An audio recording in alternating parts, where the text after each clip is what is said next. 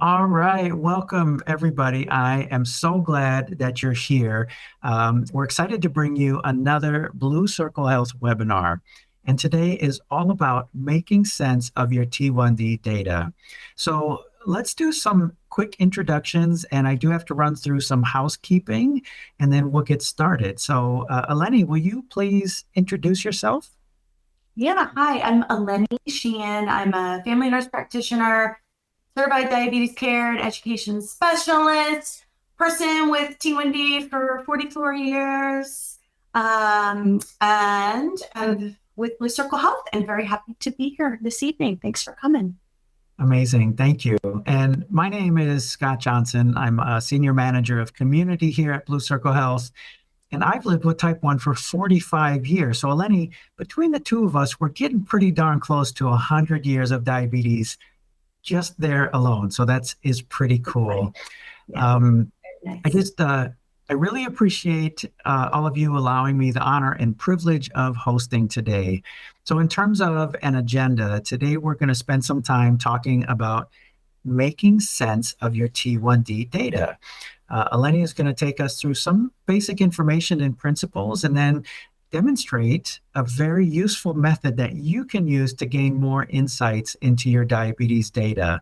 I do also want to note that we build these classes and webinars specifically for people living with diabetes, but I do want to recognize that there may be caregivers and healthcare professionals joining too, and we welcome you. We're so glad that you're here with us.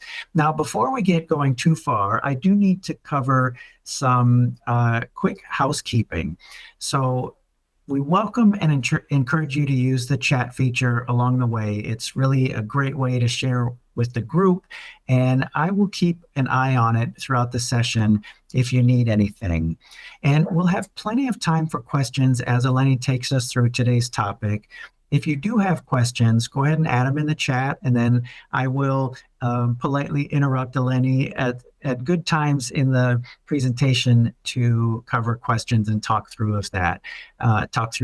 And we are going to have some exercises where we want to kind of work together with you. So get those chat fingers ready. A few other quick housekeeping items. This session is being recorded.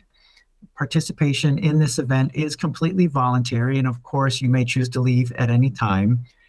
If you do participate in the chat, that participation may reveal your identity and any identifying information that you share with other group participants. So, for example, comments or during discussions, things like that. Of course, we're not providing medical advice, individual or otherwise, and we may refer you back to your healthcare team for detailed and individualized answers. And then finally, for anyone here today who is not already familiar with Blue Circle Health, stick around to the end where I'll share a brief overview and answer questions that you may have about the program or about Blue Circle Health. So, all right, I know that was a lot. Thank you for your patience with me. Let's go ahead and get started. Eleni, over to All you. right. Okay, thank you, Scott, and thank you for providing all of the magic that makes this happen so seemingly smoothly.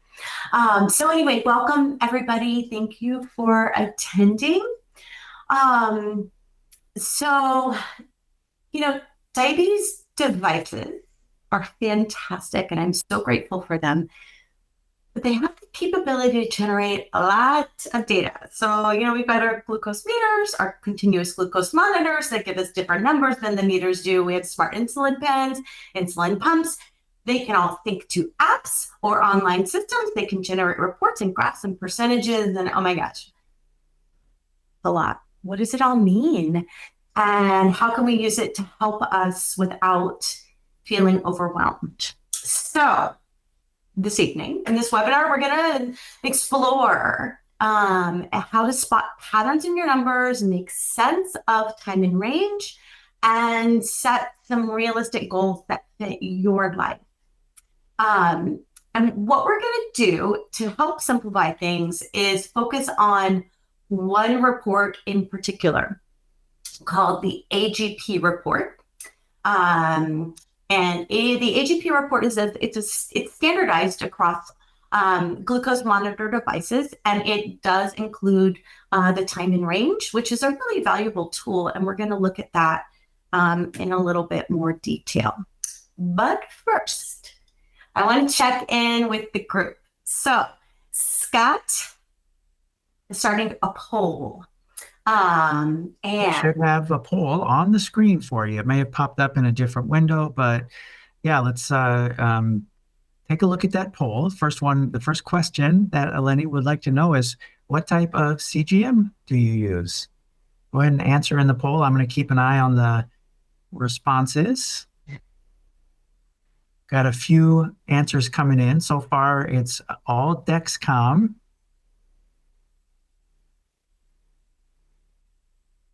Give it a few more seconds. And we have more questions for you here. So after you answer the CGM, go ahead and scroll down. And the next question is, if you don't use a CGM, do you connect your meter to an app or other online platform?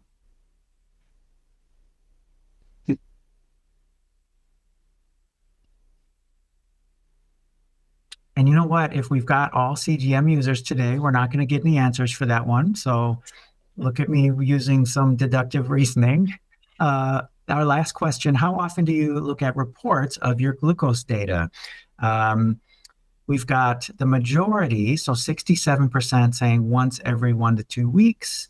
One says every day, and another when I visit my diabetes healthcare professional. So I think we've got all the answers. I'm going to go ahead and end the poll and see if I can share the results on the screen here. But Eleni, does that give you an idea of, here we go, share results? yes. So amazing. Everybody uses Dexcom. All right. That makes it cool. I don't have to try to explain how to calculate time and range using a blood glucose meter. Makes it much simpler. Thanks. All right. And some of you, it sounds like most of you are familiar with looking at data as well. So that helps me kind of learn how to guide this session and where to spend more time than not. So we will continue on. Thank you all so much for your answers. So you may be familiar with this graphic, and this is from Adam Brown. And this is actually found on Diet Tribe's website. And sometimes we feel like everything we do affects our blood sugar. And Adam has identified 42 factors that affect blood glucose, but I'm sure there's more. Sometimes I feel like every time I rub my dog's belly, my blood sugar goes low. I don't know, that's not on his list, but sometimes I really feel that way. Or every morning I wake up and my blood sugar is high. I don't know why. It can be really, really frustrating when we feel like, we do everything that we think we're supposed to do. We do it. And then it just doesn't always result in the glucose levels that we want. And in the day-to-day, it can just be kind of defeating sometimes. So if we take a step back and look at our data, it can really help. So I like to approach all of these things with a sense of curiosity and to see numbers. They're not bad, they're not good. They're just information that helps to guide us to a place that we feel is right for each of us individually. And that may be very different than the place that is right for some random person online. Okay, so let's start by looking at time in range. It sounds like most of you are most likely familiar with this from looking at data. So time in range, it's the amount of time your blood sugar level is in your target range, whatever your ideal range is. Several years ago, there was an international consensus group of diabetes experts, researchers, clinicians, even just people who live with type 1. They convened and they established these standardized targets for most people with diabetes. But it's important to know that these targets should be individualized to meet your specific needs. So really work with your healthcare provider to figure out what works best for you. For example, I had someone earlier today, we decided for her, the target range was 180 to 250.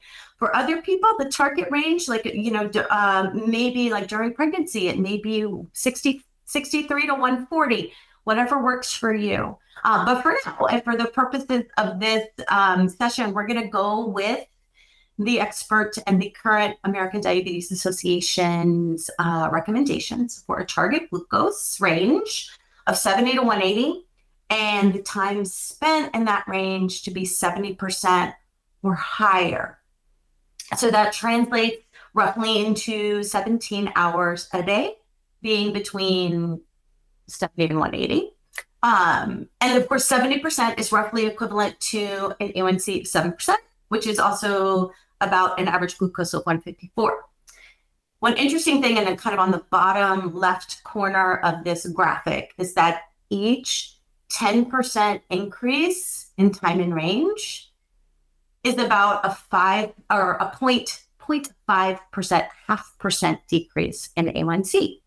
So increases in time in range are associated with a reduced risk in diabetes-related complications and improved quality of life. And so that's one of the reasons why we look at this. And then, of course, additional targets by the Consensus Group and American Diabetes Association, less than 25% of time above 180, that equals about less than 6 hours a day. And then less than 4% below 70, which is about 1 hour a day. And 1% equals 15 minutes. So sometimes we look at these graphs and we're like, wait, I was low. This thing is not counting my low. It's because maybe it was 14 minutes and didn't quite get to 15. So anyway, moving along. So how do I find my time in range? So Dexcom, you'll see on this slide, there's a screenshot of a G7 app. So most of you are probably familiar. If you scroll down just a little bit below your current glucose number and graph, you'll see it shows your time in range. And also on there, there's a little bit of there's a link to get to your Clarity through the G7 app. And then that would be a separate app that you can download. In the future for recordings, the Libre users, Libre has a similar display of time and range on the Libre app. And then for expanded reports, you can go to Clarity, or Libre users, you can go to Libre View. And if for some reason you don't have a compatible phone, the readers, they also display reports, and they can be connected to a computer to upload to Clarity. So if anyone has questions about how to access their data, let us know. Or if that's something you think might be helpful in the future, let us know. We could do another webinar on that. But for now, there's some videos, links to videos on this slide as well that could be helpful. Okay, so this is all about finding time in range if you use a blood glucose meter. So it is here, should anyone need it for the future, but for right now, I don't think that's appropriate for you guys. So thanks for doing your poll. So what can I learn from my data? Well, you may not be able to predict the future, but by looking at and learning from your data, you can influence your outcomes and really help to improve your quality of life.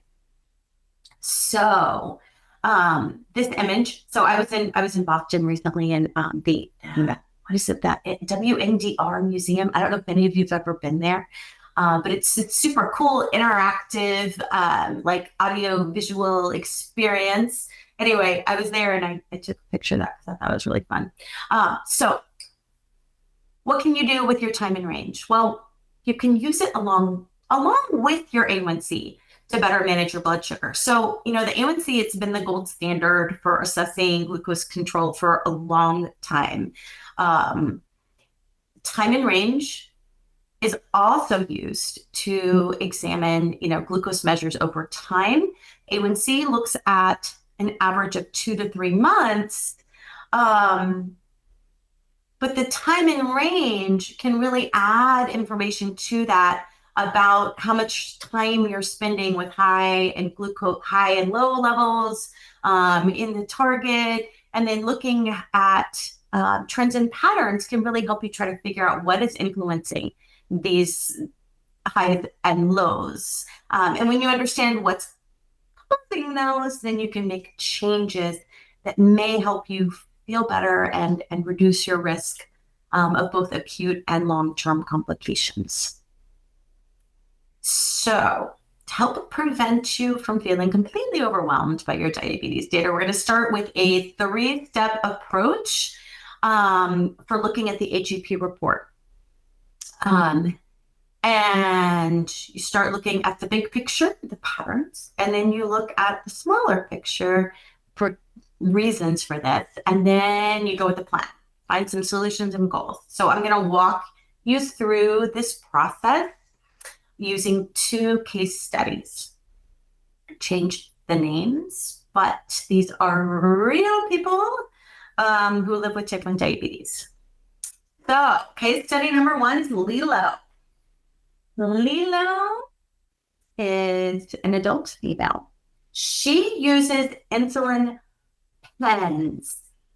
She takes multiple daily injections. She uses a once daily basal insulin, and then she does multiple bolus injections with the short-acting insulin with food. So I'm curious, and you can type this in chat. If you use MDI, let me know. If you use a pump, let me know. If you use a pump with automated insulin delivery system, I want to know that too. So anyway, so here is Lilo's AGP report. And like I said, we're gonna first look at the big picture and look for patterns. And I'm going to break this down a little bit so we can look at each section more closely. So the top portion of the AGP shows glucose statistics and targets and helps us to understand how Lilo is spending her time within each of these ranges. So if we start in the upper left, we would see the dates of the data, but we blocked that out. But basically, it's in the AGP or ambulatory glucose profile report. It's standardized to look at a 2-week or 14-day period. And then right below that, the time CGM active percentage, that's actually really important to look for data sufficiency. We want to see at least 70% of data captured over 14 days. And then that next... Can you talk a little bit about, like, what would you do in a situation where you've got an AGP report, but maybe the time CGM active is only, I don't know, 60% or so? Is it still valuable data, or do you kind of look at it with a grain of salt because it's not quite capturing too much of the, or as much as, say, 100%? So if I had an AGP report that had less than 70% of the data, I would not put much weight into these calculated percentages. Interesting. So what I would do would be to look more closely at the trends. The trends and the patterns are still going to be very valuable, but not so much these percentages, because just the way the calculations are done, there probably won't be as much data to see that. So I would still find it useful, and I would still look at it. Great. But I wouldn't say, well, your time in range is 70% of the time, so your A1C is going to be 7. I would not do that. I would not say that that would be very reliable. Yeah, that makes sense. Just doing a quick check-in on the pumps. We've got a T-Slim with Control IQ and a G7. I know we've got some Omnipod 5 users out there. Also a DIY loop with G7 as well. But yeah, another Omnipod 5. So it gives you a feel for what's at least some of our audience is using. Okay. Excellent. Thank you all for your feedback. All right. Mhm. A few OP5s. Okay. So the Libre report is probably not as familiar to you, but the Libre View report is actually, they do a nice job of displaying these recommended target ranges. I think it's a little easier to find them than it is on the Dexcom Clarity. So I think there's some things that we can learn from looking at this Libre View report. So underneath the time CGM active, this whole next section looks at that time and range that we had talked about before, with, target range 70 to 180, recommended time for spent in those targets. And then below that, it shows data specific to Lilo. And we see that her average glucose was 201 over that period. And the GMI, glucose management indicator, was 8.1%. So who can tell us, what does the GMI indicate?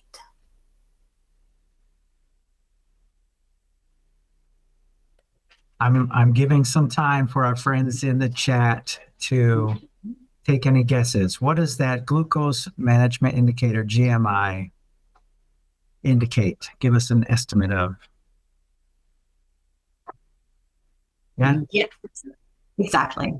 So it's basically an estimated A1C. I like to say if this 2-week period captured on this AGP report were to last for 2 to 3 months, then that's likely what your A1C would be. But your A1C may very well be different because life happens, and 2 to 3 months, things can change. So yeah, excellent. So now the other thing in here that can be important to note is this glucose variability. So Lilo's glucose variability, which is defined as a percent coefficient of variation, is 37.1%. The experts recommend that it be less than 36%. So it's really, it's a marker to assess variability. The less variability there is, the easier it is for us to spot patterns and to make adjustments. But it's interesting to note that there's increasing evidence that is looking at glycemic variability in relationship to risk of complications and perceived quality of life. So I think we can expect to see more and more about that coming in the future. So is this, just to pop in and make sure I'm understanding correctly, right? I want to make sure that when we're talking about the word variability, we're talking about how much our blood sugar is going up and down away from our target. Is that an accurate summary of what this number gives us? It is, absolutely. And we're going to be able to see that a little bit more when I shift to the middle portion of the AGP report. But yeah, you're absolutely right, Scott. Thank you. Great. Yeah. Okay, so just to continue on with our big picture of the graphs and stats, the right column just shows where are Lilo's numbers in relationship to those targets. So, green is the color for time and range. So the more green, the more good, right? So we look at, so what time and range goals are Lilo meeting?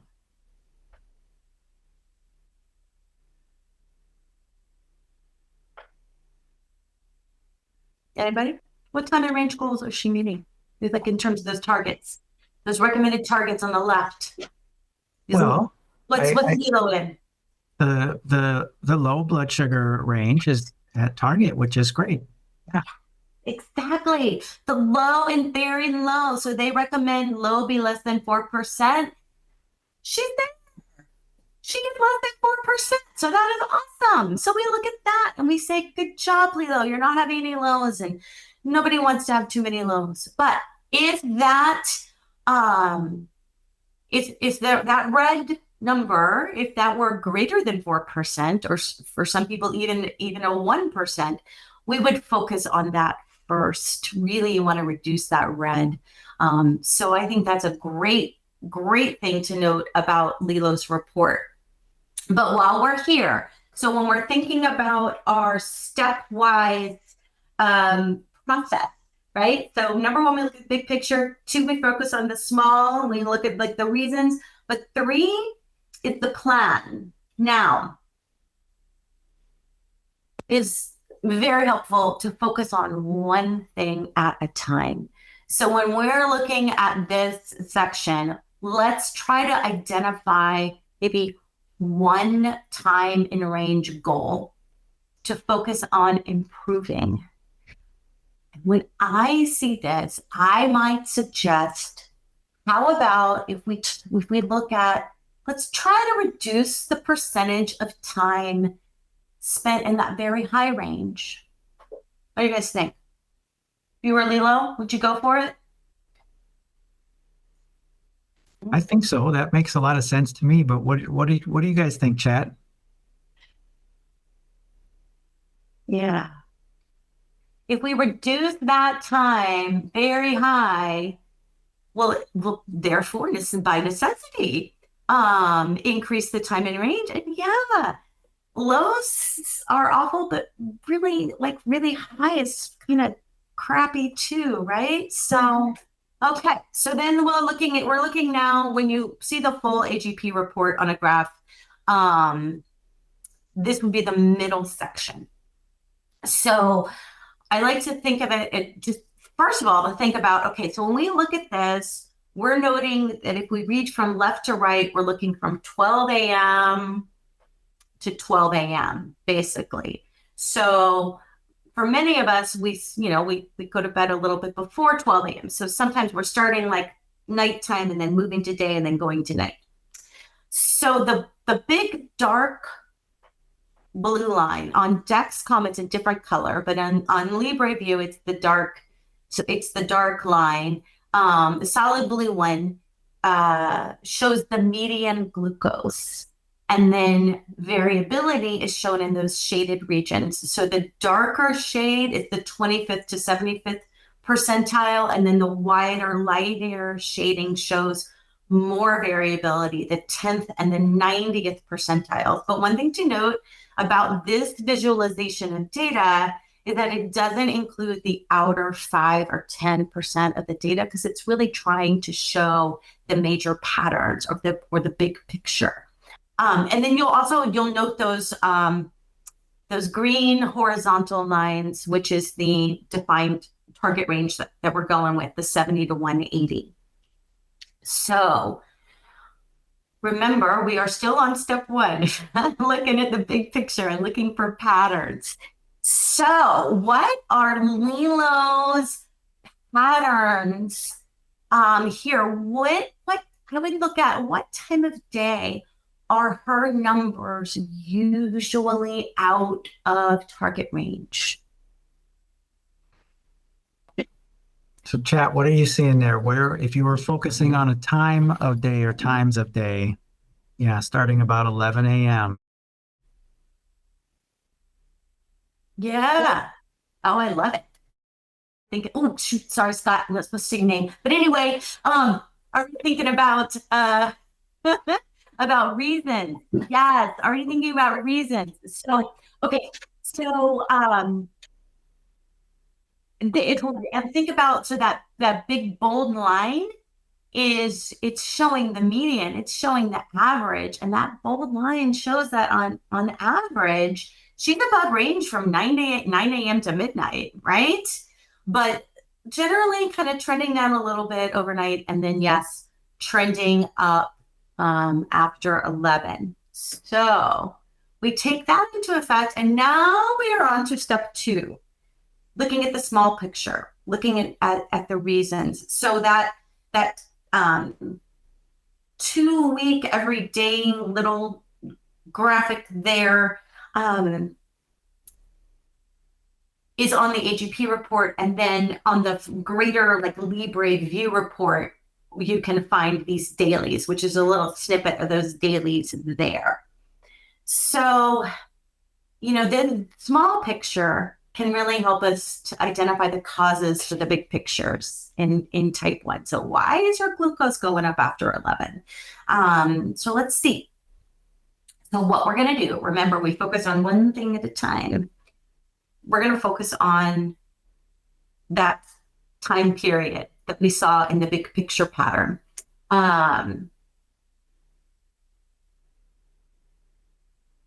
So now we're going to think about what could be predominant 1 to 2 factors that may be contributing to this. Should I tell you a little bit about Lilo first? Let me tell you a little bit about Lilo. So Lilo, she works part-time, like as needed in a food service industry. So her schedule is super erratic. She doesn't really know when she's going to be called into work. And she's really afraid that while she's at work, which may be like a 4-hour shift or something, she's afraid that she's going to go low. Because she doesn't want to go low while she's having to run around helping with this. So, and usually when she's called into work, it's usually like in the midday hours. So that kind of helps us here a little bit, right? Little clues. But things that we might think about when looking at this and trying to figure out, okay, so what's going on? What could be the reasons why she's rising after 11 and kind of staying high, until the nighttime. So, I mean, working in food service, I imagine it's pretty difficult when you're surrounded by food to not be kind of munching, and that could be one thing that comes to mind for me. Right. And she's using multiple daily injections. So if she's going to grab a snack, is she going to pull out her insulin pen? Like, I don't know. And then, yes, in the chat, eating before shifts to prevent lows and not having enough time to check and correct. Absolutely. Absolutely. So,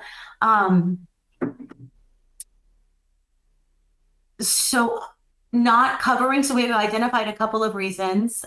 One, not covering for snacks, basically, not enough bolus to cover those carbs.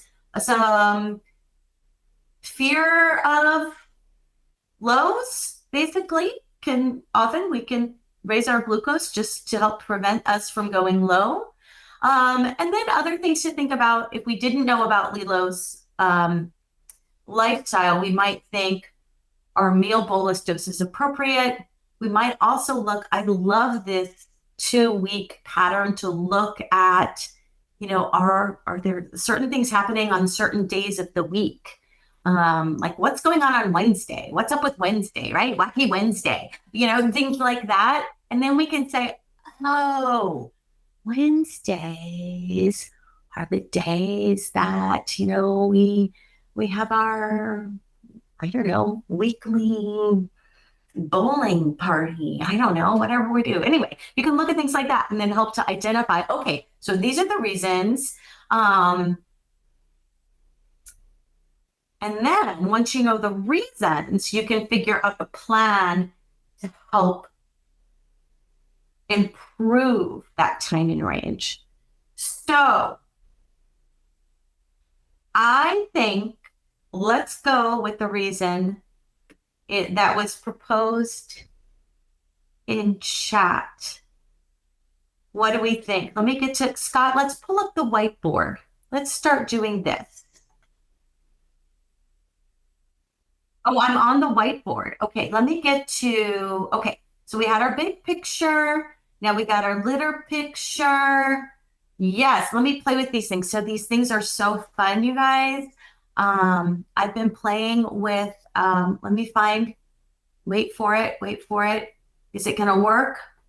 Heck yes. Look at that. So good, right? Okay, so what's happening here?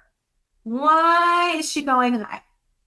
And is it happening every day? Let's see.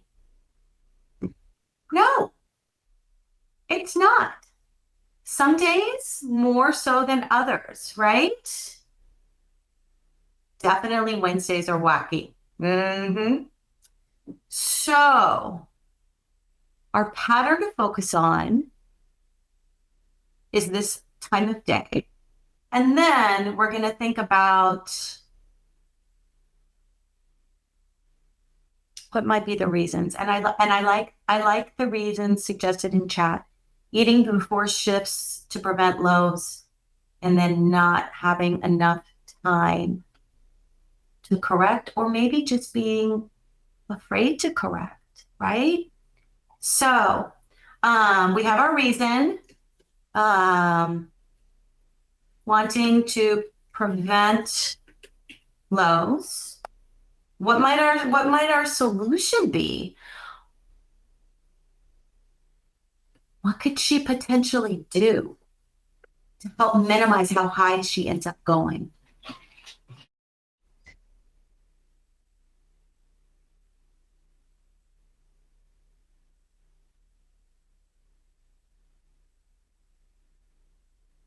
Maybe take a conservative meal bolus or meal dose of insulin, but I also understand, cover for snacks, but at a reduced amount. That's exactly kind of what I'm thinking. Eleni, can you also, if you see the controls to make the text bigger, I'm going to zoom in a little on this screen, but find where. Oh, that's got. I can make it. I know how to change colors now. Wait. Let's see. I think if I click here and I go large. And try and type something new and see. Is that better? That is better, I think. Yep. Chat, let us know. You want me to change the color? I mean, no, it's fine. Don't worry. I think that's. But I can go lighter pink. What's that? Okay. That's great. Right. Okay. So we've that's got a solution. So what if? Go ahead. Yes. Another suggestion in the chat: eat more balanced meals. Maybe more with the protein and fat and carbs to prevent those spikes. I love that. So, mixed, like our balanced protein, fat, carb to minimize spike. I love that. Okay. All right. I think those are two really great solutions. And what we're going to do is we're going to hang on to these for a moment. And then we're going to turn them into SMART goals. But perhaps only one SMART goal, because we want to keep things simple and try one thing at a time. So we'll see what Lila wants to do and what fits best for her life when we get to the SMART goals. So we will come back to these in a moment, or several moments, because we got other people to look at first. All right, excellent. So are we ready to move on, or does anybody else have any thoughts about Lila? Okay. All right. I am back on the slides. You guys seeing the slides? Okay, excellent. Okay, so our case number 2 is Stitch. So Stitch is an adult male. He uses an insulin pump and a Dexcom CGM. They integrated an automated insulin delivery system. He actually uses the Tandem T-Slim system.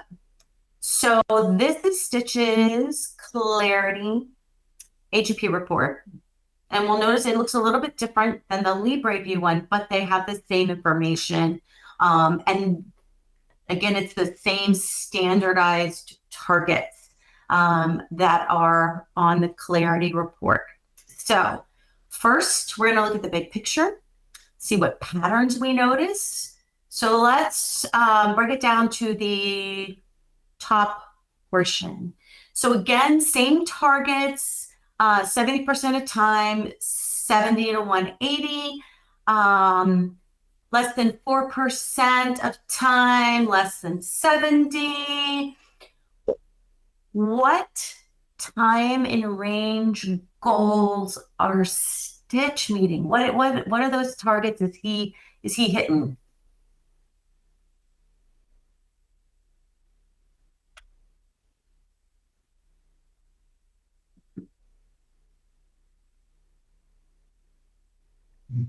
I think this is similar to the last one where we're not fighting lows too much. Yeah, low and very low. Great.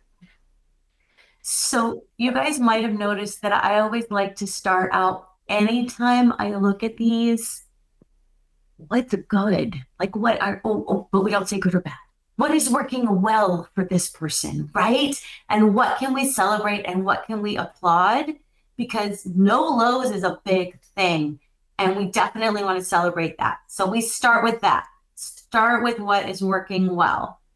And then let's look at where might we be able to look at improvement. And one thing that I think is interesting to note about Stitch's report is that if you look over on the right side, you'll see that his coefficient of variation is 43%. I remember that target is to be less than 36%. And then we also see that the time active is 97%, which is awesome. So we know we have data sufficiency there. So it's showing that he's got, a bit more variability than is recommended. And then in the target range, the time in target is less than goal there. But with Stitch, what do you think? Should we maybe focus on helping him improve here? Maybe again, reducing the percentage of time spent in that very high range. Because if we do that, it's also probably going to reduce the variability, right? Yeah, So, some great suggestions in the chat, highs and the very highs. It's very interesting. This is such a great example because, if you look at that GMI or the estimated A1C, that's a pretty darn good A1C in my world, anyways. And I think what this demonstrates, though, is that you need to look at several measures in order to do some troubleshooting. it is true. Okay, so remember, we're on step one. We're looking at the big picture. We're looking for patterns. And we're going to look at how can we help minimize this percentage of time that's spent in the very high range, which in turn is going to help with reducing the amount of variability. So what are Stitch's patterns here? What time of day are his numbers usually at a range?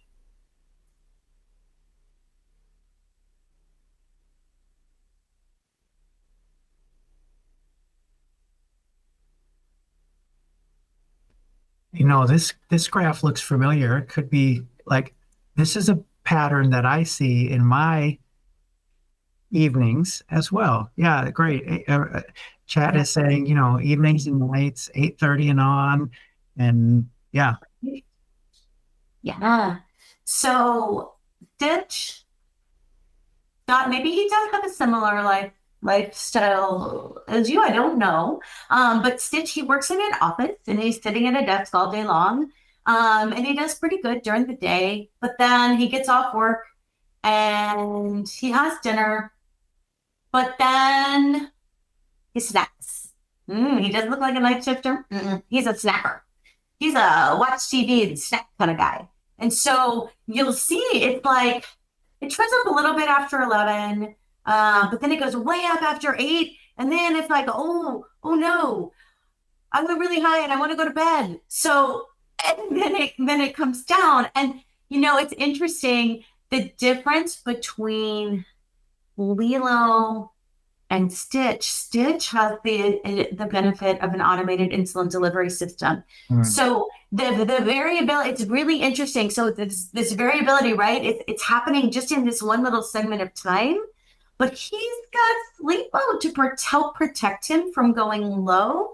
And we do see that kind of gradual going down overnight and then settling into a lovely target range during sleep.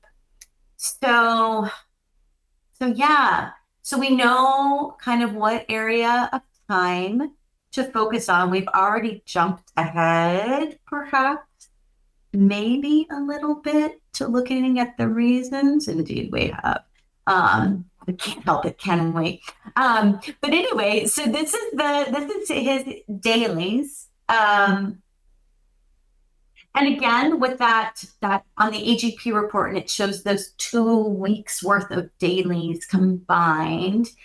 It's interesting that there's not too much variability day to day, but within that one day, so much during that one period of time, right? So we're going to focus on that time period that we looked at in the big picture. And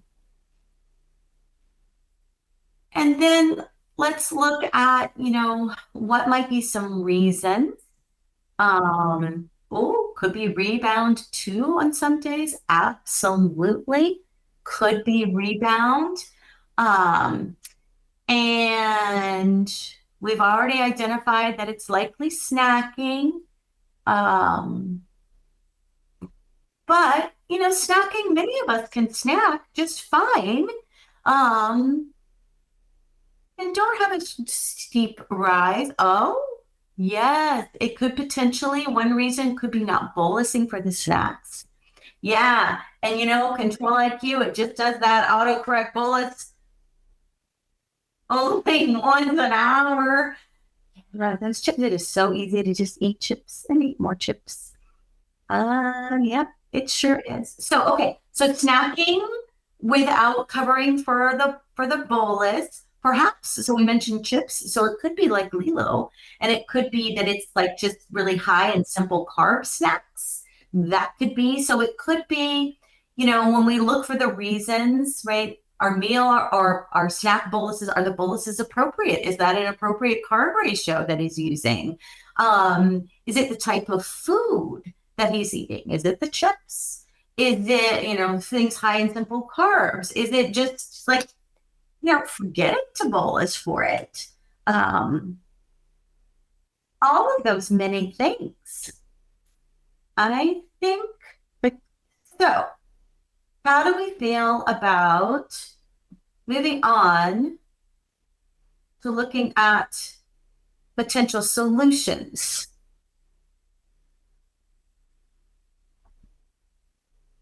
So, Scott, I'm going to move over to the whiteboard. You may have already gone there. Okay. Good to go. Good to go on the whiteboard. All right.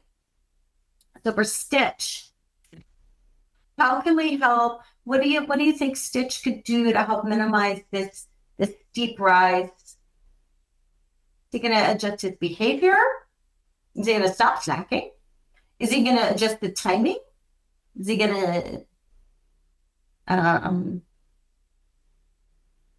is he going to go, I don't know, is he going to chase types of food? What should we propose to Stitch for a solution? I love that idea in the chat. That's fantastic. Yes, idea. Yep. Track what eating and see if bolus is appropriate. And then, oh yes, you could also change the bolus for carbs. Do you mean change the? Now, when you say change the bolus, do you mean change the insulin to carb ratio? Do you mean change the timing? Do we want to do an extended bolus? Do we want to? I mean, there's so many things. Which on one hand can feel a little overwhelming, but the way think about this is that, wow, what a great variety of tools that we have to help us keep snacking, because stop not snacking. That doesn't sound very fun to me. I want to keep snacking. It's just how do we use our tools better? Okay. Okay. Yeah, absolutely. So we're going to bolus ahead of time and then experiment. I love that. Experiment based on tracking, right? So we figure out how many carbs we're eating and how much insulin we gave for it, and is it working, or just should that adjust? Yeah, absolutely. I mean, maybe we could say, Stitch, try eating ice cream instead of chips. I don't know. Then it like got the protein, the fat, and yeah, no, maybe not. So that would be my choice. So if I were Stitch. So anyway, okay. So let's move on unless there are questions related to this. Okay. I think we're okay. No questions. Let's keep on moving. Just doing a quick time check. We got about Yes. 10-ish minutes left, but if we need to stay a little bit later, that's fine too. We can do this. Our next step, right? When we do our 3-step process of looking at the big picture and looking at patterns, and then looking at the smaller picture and looking for possible reasons. And then the third step is to come up with solutions and then turn those into actionable plans. So we want to put some small, things that we can really do that can make a difference in both our time in range and in how we feel. So Carrie Matuson had a fantastic, she actually had a 2-series webinar on SMART goal setting. So Scott, I think you're going to put the link to those somewhere. But anyway, we're going to do we're going to do the quickie 5-minute refresher talk about SMART goals. So SMART goals, they are detailed action goals that can really help you to reach the bigger goals. So Lilo's big goal was to, help minimize how high her glucose goes during the day. Well, that's really vague. And how the heck are you going to do that? Like, oh my God. So what we're going to do is turn what we had proposed as solutions into a SMART goal. So remember, SMART stands for specific. You want your goal to be concrete and actionable, measurable, so it should contain an objective way to measure the success. Attainable, like, can I really do this? Can I actually do this? Yeah. And then relevant, we want to make sure that it's something that goes along with the larger goal. And then time bound. So, to pick a short time frame, like for 1 week or 2 weeks, I can do this. I can do this, right? So, if we move to the next slide here, there's actually a SMART goals worksheet that is available on our website. And it can be really helpful should you want to do that. But for now, we are going to go back to the whiteboard, Scott. And we're going to go back to Lilo's Good to go. solutions. And we're going to turn them into a SMART goal. One SMART goal. We're going to have one goal. What do you think for Lilo? Should we cover for snacks? So she's at work. Do we want her to give insulin for a snack, but less? Or do we say, hey, have a balanced protein, fat, carb to help minimize the spike? Add protein to your cookies. What do you think? Which one? Let's give the chat some time to weigh in here. Which one are we going to pick? Easiest to change the bolus. Okay. All right. So let's say that adjust to bolus, but at a reduced rate. I like it. Okay. So let's turn this into a SMART goal. So it's specific. What actually will you accomplish? Well, let's make this. Let me get to my text tool. I may make it too big, but but I need to make this darker now, don't I? Let's see. Let me find my colors. No more pink, but that's okay. Give insulin for before snack. And then we'll say, how about like take half normal amount. How's that sound? It's a great starting point, right? This is all about kind of picking a place to start and see how it goes. Ooh, and an appropriate time before sex. So I should make this more specific. Okay, so let's see. I will take Novolog 15 minutes before sex. Novolog 15 minutes before sex.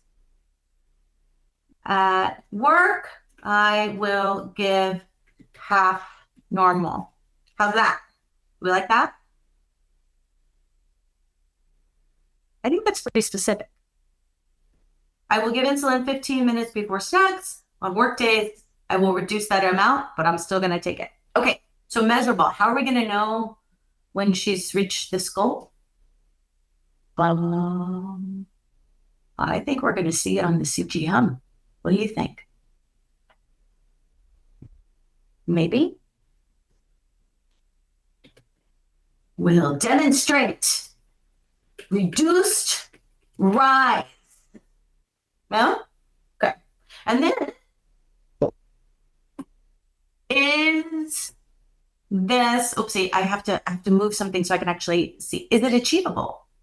How is this goal realistic? So sometimes what I will ask is, okay, on a scale of 0 to 10, 0 being, no way, I love it, it's a great idea, Eleni, but nah, I'm not doing that. 10 being, yes, I got this. I'll say on a scale of 0 to 10, how confident are you that you can achieve this? 9, I love that. 9, okay. So yes, achieving this goal is realistic with effort, with commitment. Absolutely.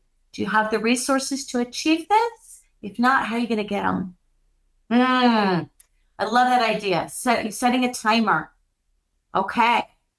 That is a great thing. You know, I ask Siri all the time to set a timer for me, like throughout the day, always. Okay, so then relevance. Why is it significant? Well, I want to improve my time and range. I want to have a better quality of life. I don't want to feel like crap when I'm at work. We got the relevance. Timely. When will you achieve this goal? Well, she doesn't work every day. She doesn't work consistently all the time. So let's say 2 weeks. What do you think? 2 weeks? 2 weeks. Love it. Okay. Yay. Lean low. We got her goals. Okay. Now, let me get back to my little thingy. Let's do like a quick. Do we want to talk about Stitch really quick, or do we want to continue on? We could stop with one SMART goal because we went through the process. We would do the same thing with him. And Chad, if you want us to go through it again, I don't know about Eleni's schedule, but I'll stay as long as you need us to stay. So we've got some time if you want us to go through it again. But I also feel like it sounds like you guys get the nice thing about SMART goals is this is not a diabetes specific thing. This is a principle that you can apply to many different areas of life. So right. What about questions or let's do that. Let's let Stitch is going to be okay setting his own SMART goal. Yeah. Okay. I am 90% confident. Or number 9 confident. Yes, let's go to questions. Let me get back to my slide deck. Okay. Wait, I have a summary even. Look at this. So So some key points to remember here. Right. So looking at your glucose data, it can help you reach your diabetes goals. And, American Diabetes Association suggests aiming for 70% of time to be between 70 to 180. But if you're not at 70%, don't be discouraged. Start from where you are and then set smaller goals to increase your time and range. And any increase in time and range is beneficial. And the experts say that every 5% increase in time and range has a noticeable, meaningful impact on your health and quality of life. So if you're currently at, 35% time and range, maybe your next goal would be 40%. And then you have a process of looking at the pictures and the patterns and to set smart goals to get there. But remember, do not overanalyze each individual glucose value. It will drive you bonkers. Instead, focus on the trends. And if you notice a similar pattern of highs or lows happening each day, talk to your healthcare provider, your educator about how to help. Set small, actionable steps that will lead you to achieving these larger goals. And do not forget to celebrate every success. I did not have those today. Right? Celebrate every success, no matter how small you may think it is. And also remember, you're not alone in this. We are here to support you, and we want to celebrate with you. And also, if you're not meeting your goals, well, let's redefine those goals, because perhaps we'll just say the goals were bad, right? That actually it's a great segue into we've got one question, and it's about they're feeling discouraged. They see pictures online of all these great and amazing time and range charts, and but they say they're nowhere close to that, and that it feels impossible. What are some thoughts you would give to that person? Like, recognizing that you're not maybe where you want to be, but you also don't need to set the bar quite that high. Like, start simple, start slow, right? Absolutely. So I would say, applaud that person for where they are, but recognize that that person is not you. And what you want to do is compare yourself to yourself, right? So set small goals to help you reach your next level. And your next level is not that person's level. Yeah. It's yours. And if you don't quite get there, then perhaps we need to redefine that SMART goal, because it was clearly not an attainable goal. So let's redo it. Let's pick something else. I love that. Yeah, thank you. Well, just looking at the time, we're at about the top of the hour. I'm going to go ahead and start into our closing. We've got some references and resources there, and I will include all of that in the recording and the follow-up email that goes out. Give me, I don't know, give it, a week or so for me to get that out. But, again, we really appreciate you attending and sharing your time with us today. And I love Eleni's stepwise approach to looking at our diabetes data. I feel a lot more comfortable now, and I'm excited to give it a try over the coming weeks and months. So I hope you enjoyed your time with us. I know it's not always easy to dedicate time to learning more about your diabetes. So I think you should be proud of yourself for being here. I know we certainly are. And then I want to just take a moment to share some of our upcoming events. So on Thursday and Friday, June 5th and 6th, will be the English group sessions.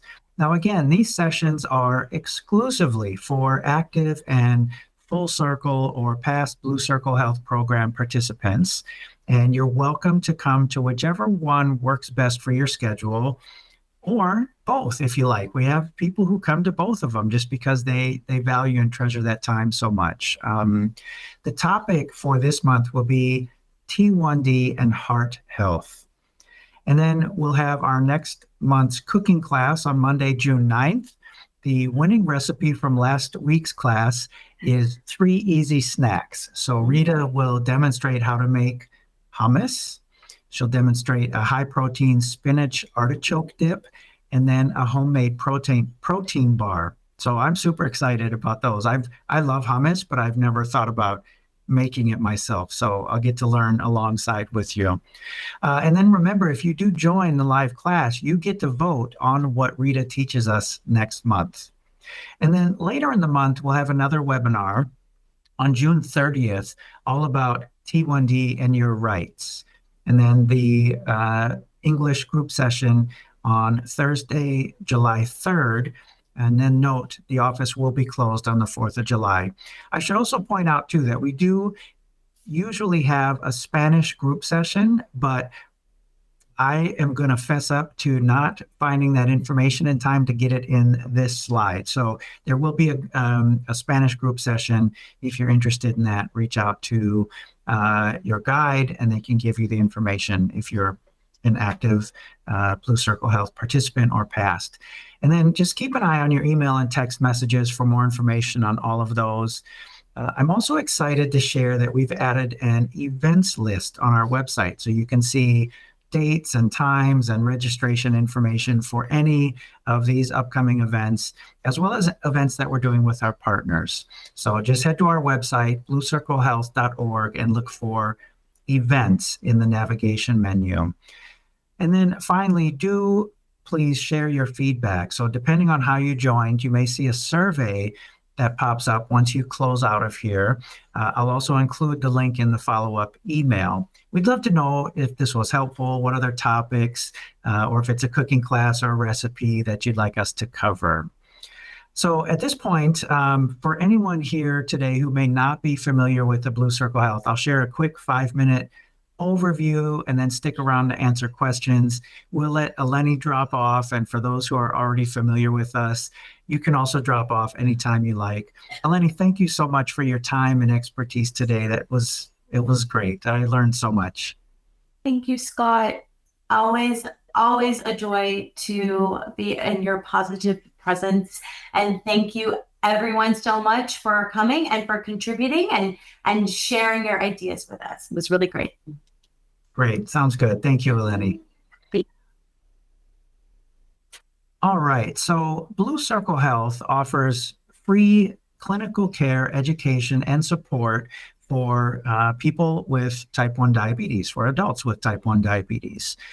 We are a 501c3 nonprofit organization funded by the Helmsley Charitable Trust, an organization dedicated to improving the lives of people with type 1 diabetes.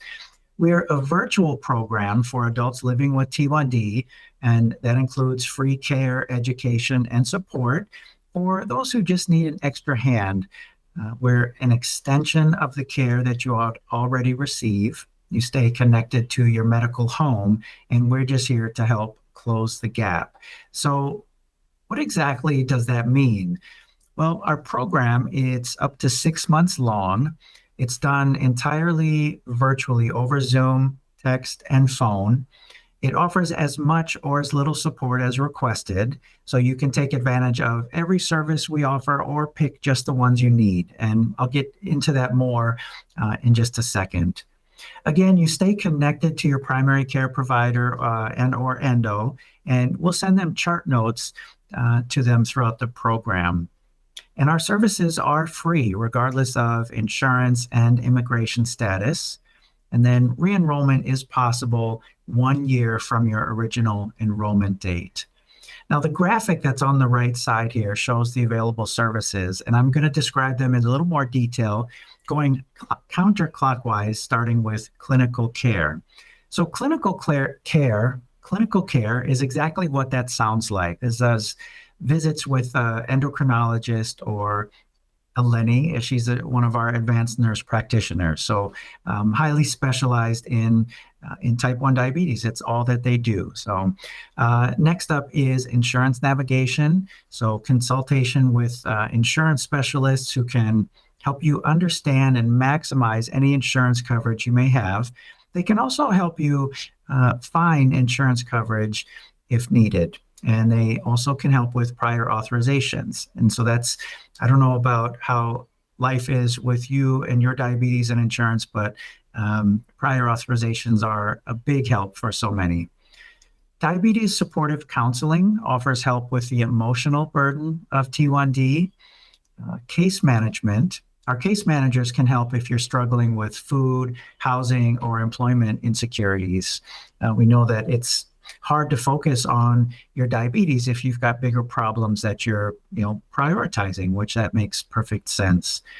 And then when it comes to peer support, in addition to the monthly group sessions I mentioned a moment ago, you'll have a dedicated T1D support guide to work with who will help you navigate all the other services and be kind of a single point of contact for you throughout the program. And then we offer education and nutrition, so visits with registered dietitians and certified diabetes care and education specialists. Then there are 2 additional programs within the Blue Circle Health program. The first is a prescription assistance program for qualified applicants who need help paying for their supplies and medications. The qualification for that one is an income level at or below 300% of the federal poverty level.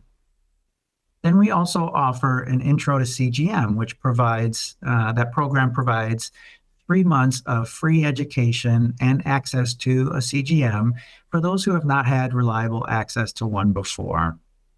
So when we look at eligibility requirements, it's really pretty straightforward and as broad as we can possibly make it. The eligibility requirements are a diagnosis of type 1 diabetes. And no, this is not just newly diagnosed. We're here for you pretty much anywhere along your T1D journey that you're at. We want to meet you where you are. We are currently only serving adults, so you have to be age 18 plus, speaking English or Spanish.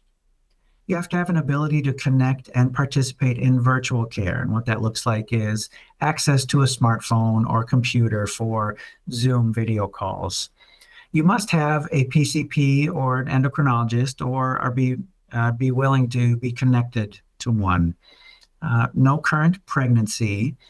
And then you must reside in one of the states that we're available in. Today, that is Florida, Maine, New Hampshire, Vermont, Ohio, Delaware, Alabama, Mississippi, Missouri, or Iowa. And that list of states is growing. So check on our website, follow us on our social media for the latest. And especially for those who might be watching this recording months after the fact, it's likely that we have added some more states there. So before I wrap things up, I would like to just play a short video from a few of the people who have gone through the program. It's about 90 seconds long. And while that's playing, if you have any questions that you would like to talk about, go ahead and add them in the chat, and I'm happy to stick around and answer them.